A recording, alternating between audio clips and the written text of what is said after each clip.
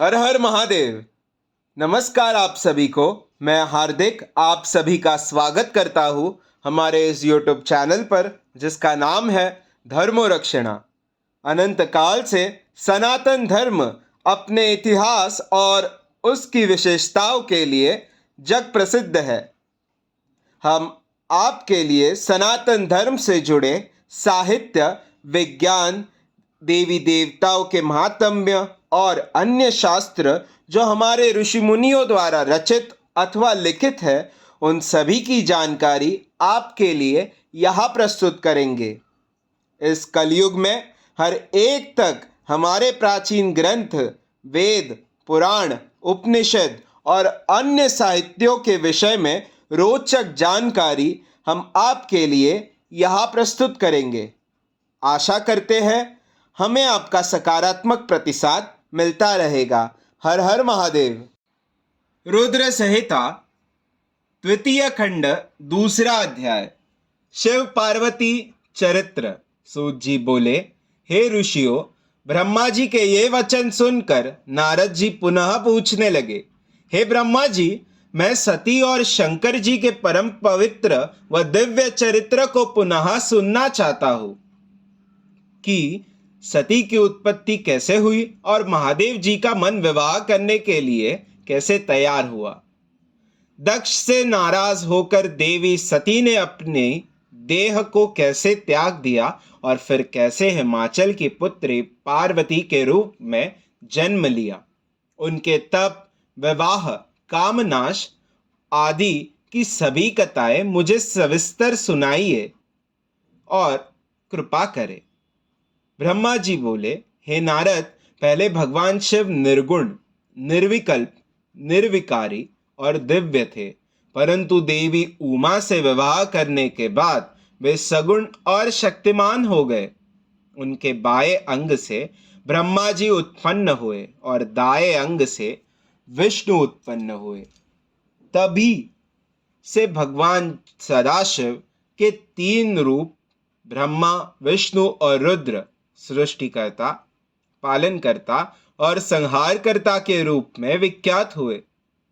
उनकी आराधना करते हुए मैं सुरासुर सहित मनुष्य आदि जीवों की रचना करने लगा। मैंने सभी जातियों का निर्माण किया। मैंने ही मरीच, अत्रि, पुलह, पुलस्त्य, अंगिरा, क्रतु, वशिष्ठ, नारद, दक्ष और भृगु की उत्पत्ति की और ये मेरे मानस पुत्र कहलाए। तत्पश्चात मेरे मन में माया का मोह उत्पन्न होने लगा। तब मेरे हृदय से अत्यंत मनोहरी और सुंदर रूप वाली नारी प्रकट हुई। उसका नाम संध्या था। वह दिन में क्षीण होती, परंतु रात में उसका रूप, सौंदर्य और निखर जाता था। वह सायं संध्या ही थी। संध्या निरंतर मंत्र का जाप करती थी। उसके सौंदर्य से ऋषि मुनियों का मन भी भ्रमित हो जाता था। इसी प्रकार मेरे मन से एक मनोहर रूप वाला पुरुष भी प्रकट हुआ। वह अत्यंत सुंदर और अद्भुत रूप वाला था। उसके शरीर का मध्य भाग पतला था। वह काले बालों से युक्त था। उसके दांत सफेद मोतियों से चमक रहे थे। उसके श्वास से सुगंधी निकल रही थी। उसकी चाल मदमस्त हाथी के समान थी। उसकी आंखें कमल के समान थी। उसके अंगों में लगे केसर की सुगंध नासिक को तृप्त कर रही थी। तभी उस रूपवान पुरुष ने विनय पूर्वक अपने सिर को मुझ ब्रह्मा के सामने झुकाकर मुझे प्रणाम किया और मेरी बहुत स्तुति की। वह पुरुष बोला, ब्राह्मण, आप अत्यंत शक्तिशाली है। आपने ही मेरी उत्पत्ति की है। प्रभु, मुझ पर कृपा कर और मेरे योग्य काम मुझे बताइए ताकि मैं आपकी आज्ञा से उस कार्य को पूरा कर सकूं। ब्रह्मा जी ने कहा, हे भद्र पुरुष, तुम सनातनी सृष्टि उत्पन्न करो।